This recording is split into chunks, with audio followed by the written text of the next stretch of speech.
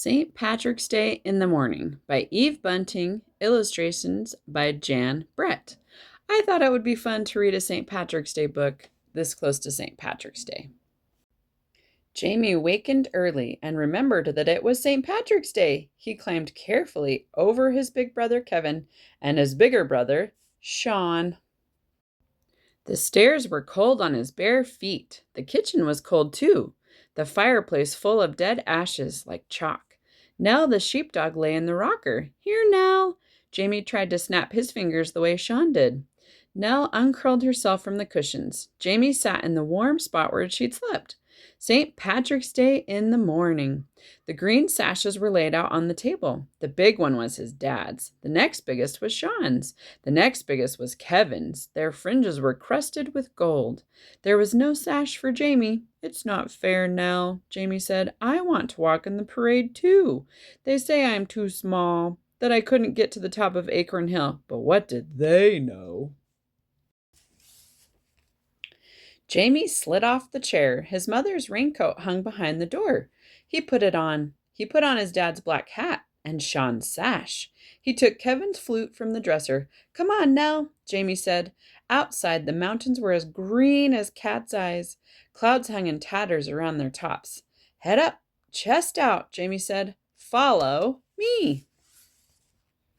They marched down the street. None of the chimneys was smoking yet. Milk bottles stood on front steps, waiting to be let in. Kit Kelly's donkey put her head over her gate. "A happy St. Pat's to you, donkey dear," Jamie said. He lifted his hat the way his dad did to the ladies. Kit Kelly's donkey curled her lip. "Silly donkey," Jamie said. "What do you know?" The sky was the color of his mother's pearl brooch, the one she wore on Sundays. Jamie marched down the middle of Main Street, past the shuttered shops. Barney the baker was a white blur behind his window. There was a whiff of bread baking. Nell turned her head toward the smell and drooled. "Come on, Nell," Jamie said. Hubble the hen man trundled his wheelbarrow along the footpath. His eggs were piled in it, all brown and white. "Good morning to you," Jamie said. "I see your hens are laying well." "It's the sweet corn and the sweet talk I feed them," Hubble said. "Pick yourself an egg, Jamie." Jamie took a brown one off the top. It was still warm from the hen. "Happy St. Pat's," Jamie said, and lifted his hat. He put the egg safe in his pocket. Jamie and Nell walked under the arches that spanned the street. Jamie wet the end of the flute with spit like Kevin did. Then he blew on it, and oh, the sounds he made! He puffed his cheeks. His fingers danced across the wind holes. Nell howled and put her tail down. Silly Nell! And what did she know?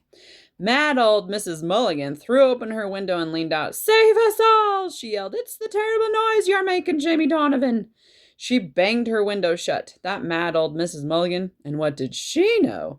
Mrs. Mulligan's big red rooster cock-a-doodled from the roof. His wattle rattled, and Nell howled again. It was as good as a chorus to go with the music. Jamie was sorry there was no one to hear but mad old Mrs. Mulligan. It was hard climbing up Acorn Hill with all Jamie's breath going into the music. He'd better save his strength for the marching. He put the flute over his shoulder and stepped out. Mrs. Sims of the Halfway Up Sweet Shop leaned on her half door. "You're the early ones," she said. "Come on in, Jamie. You likely could use some refreshments." Jamie's head came to the level of Mrs. Sims' counter. Bottles of ginger ale stood on it. When he looked through them, everything was orange. Mrs. Sims gave him a bottle all for himself. She gave him a bun with the cherry on top, too. Nell let her tongue hang out and begged nicely. Mrs. Sims threw her 2 jelly beans. Jamie ate his bun. He put the ginger ale bottle in his other pocket, the one that wasn't carrying the egg. "Here's a wee flag for you, too," Mrs. Sims said. "You can wave it later on at the parade." Jamie sniffed. Mrs. Sims was nice, but what did she know? Wasn't this the parade this very minute, and him in it? He took the flag anyway. "Well, we'll have to be getting on, Mrs. Sims," he said. "We've a brave bit still to go." "Aye," Mrs. Sims said. "You'll be saving a good place for yourselves for the watching." Jamie nodded. "Come on now." The flute was getting awful heavy on Jamie's shoulder. He held the flag out in front of him. It was a very small flag, but it felt heavy too. Don't be giving up now, Nell, Jamie puffed. We're nearly there. They turned the sweep of Acorn Hill, and they were there. Jamie stopped. Look, Nell! In front of them was the field where the bands would be and the stage for the Irish dancing. There was a green ribbon around the platform to keep the people off. Jamie crept under it. He sat right in the middle of the stage, and Nell lay beside him. The sun was coming up.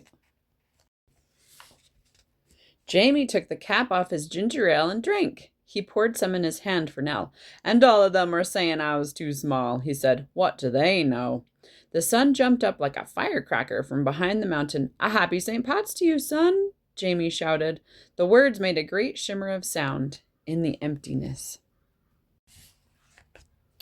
Jamie pushed Nell's head from his knees and stood up. The last drop of ginger ale was gone from the bottle.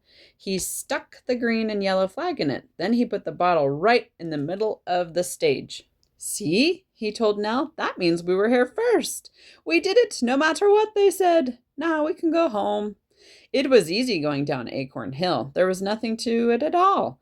The town was waking up. Some of the chimneys were smoking. The milk bottles had been let in, but Jamie's own house was still asleep. He opened the back door. The clock tick-tocked. The turf ashes lay in their white drifts. Jamie took off his mother's coat. He set Hubble's egg on the table. He climbed in the rocker, and Nell jumped beside him. He laid the flute across his knees and closed his eyes. Oh, the music he'd made! They'd not hear the likes of it all day, and wait till they saw the flag. The mystery of it, the wondering there'd be. There were feet coming down the stairs, but his eyes were too heavy to lift and look. Och, our Jamie! Kevin's voice was soft, sound asleep, and with the sash and the flute and our dad's black hat. Are you sad now, and you not big enough to walk in the parade? Jamie kept his eyes closed and smiled. Silly Kevin! What did he know? Isn't that a darling book? I love St. Patrick's Day. My husband's family is Irish, so we're big fans of Ireland and St. Patrick's Day and corned beef and cabbage. I always forget what it's called. But I hope you had a happy St. Patrick's Day and enjoyed celebrating St. Patrick and the luck of the Irish. Happy St. Patrick's Day.